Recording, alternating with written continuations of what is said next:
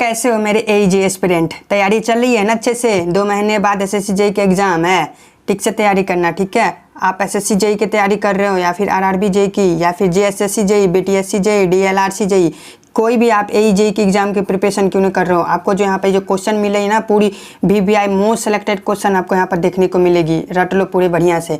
आप civil engineer हो, electrical engineer हो, मैकेनिकल इंजीनियर हो, सभी के लिए ये एक बेस्ट सेलेक्टेड क्वेश्चन है। तो हम पहले क्वेश्चन की ओर शुरुआत करते हैं। हमारा पहला क्वेश्चन कह रहा है what is the deflection at the free end at a cantilever beam. यहाँ पे बात कर रहा है डिफ्लेक्शन की बात कर रहा है और free end at a cantilever की। तो ये आप दो चीज़ इंपॉर्टेंट कर लो, डिफ्लेक्शन की और कैंटिलीवर बीम की बात कर रहा है। तो अगर हम डिफ्लेक्शन की बात करें ना, तो कैंटिलीवर बीम, कैंटिलीवर बीम क्या होता है, 1 इन फिक्स रहता है और 1 इन हिंज्ड रहता है। तो यहाँ पर हमारा पहला ऑप्शन आता है WL/2EI। तो आप पहली बात ध्यान में रखिए, कोई भी बीम का क्यों ना कहे, कैंटिलीवर बीम कहे, सिंपली सपोर्टेड बीम कहे या फिर कोई भी बीम क्यों ना कहे, अगर बात डिफ्लेक्शन की कर रहा है तो स्लोप की भी आपको याद रखनी चाहिए। स्लोप और डिफ्लेक्शन ये दोनों की फॉर्मूला अलग अलग होती है हर एक बीम के लिए। तो हम यहाँ पर बात करें कैंटिलीवर बीम डिफ्लेक्शन की, तो यहाँ पर पहला ऑप्शन आता है WL/2EI। तो यहाँ पे पॉइंट लोड कर रहा है यानी कि फ्री एंड बीम, तो पॉइंट लोड कर रहा है, तो यहाँ पे कह रहा है ये WL/2EI। तो यहाँ पे ये ऑप्शन हमारा गलत हो जाएगा क्योंकि ये स्लोप का फॉर्मूला आता है, ठीक है। कैंटिलीवर का तो होता ही है लेकिन ये स्लोप का फॉर्मूला आता है, तो ये इसके अकॉर्डिंग ये नहीं होगा। बात करते हैं अब दूसरे ऑप्शन की, तो दूसरे ऑप्शन में लिखा हुआ है WL/4AEI।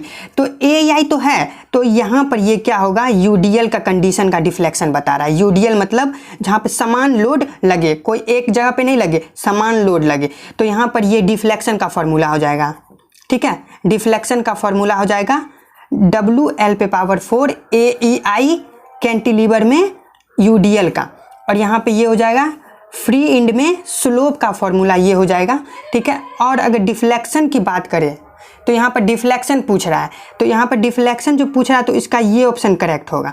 यहाँ पर क्या लिखा हुआ है WL/3EI। तो 3EI है ना, तो ये यहाँ पे जैसे कि ये मान चलो कैंटिलीवर बीम है, ठीक है। यहाँ पे ये लोड लग रहा है, तो यहाँ पर ये डिफ्लेक्शन की पूछ रहा है, तो यहाँ पर ये डिफ्लेक्शन की ये वाला फॉर्मूला हो जाएगा WL/3 अब देखो ये डिफ्लेक्शन का हो गया, ये स्लोप का हो गया, ठीक है।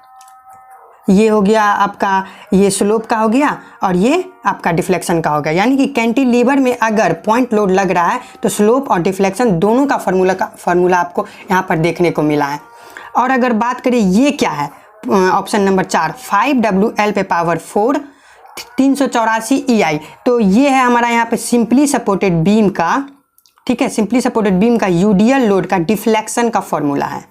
डिफ्लेक्शन का ये फॉर्मूला आता है 384EI। और अगर हम बात करें यहाँ पर स्लोप की ना, तो यहाँ पर स्लोप का क्या फॉर्मूला होगा, तो यहाँ पर इसका स्लोप का फॉर्मूला हो जाएगा WL/3/24EI।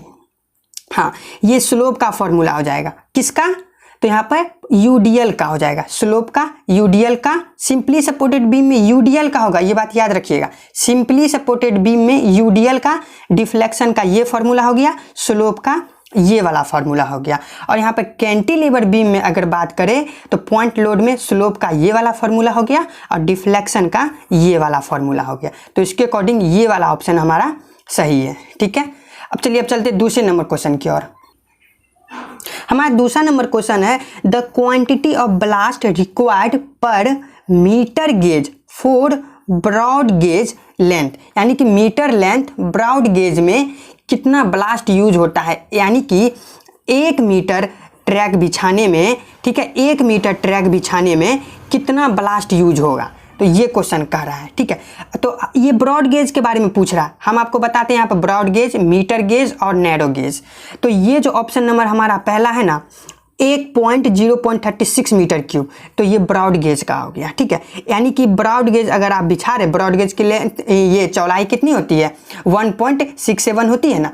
तो ये 1 मीटर अगर आप कोई ट्रैक बिछाएगा तो उसमें इतना गिट्टी लगेगा। गिट्टी ये है, ब्लास्ट मतलब गिट्टी, 1.036 मीटर क्यूब गिट्टी लगेगा 1 मीटर में। और अगर हम बात करें मीटर गेज की, तो मीटर गेज ट्रैक बिछाने में 0.071 मीटर क्यूब गिट्टी लगेगा, जो कि 1 मीटर विड्थ होती है मीटर गेज लेंथ की। और अगर बात करें नैरो गेज की, जो कि हिली एरिया में अधिकतर आप देखे होंगे इस्तेमाल की जाती है, 1 मीटर गेज बिछाने में 0.053 मीटर क्यूब गिट्टी लगती है, किसमें? नैरो गेज में।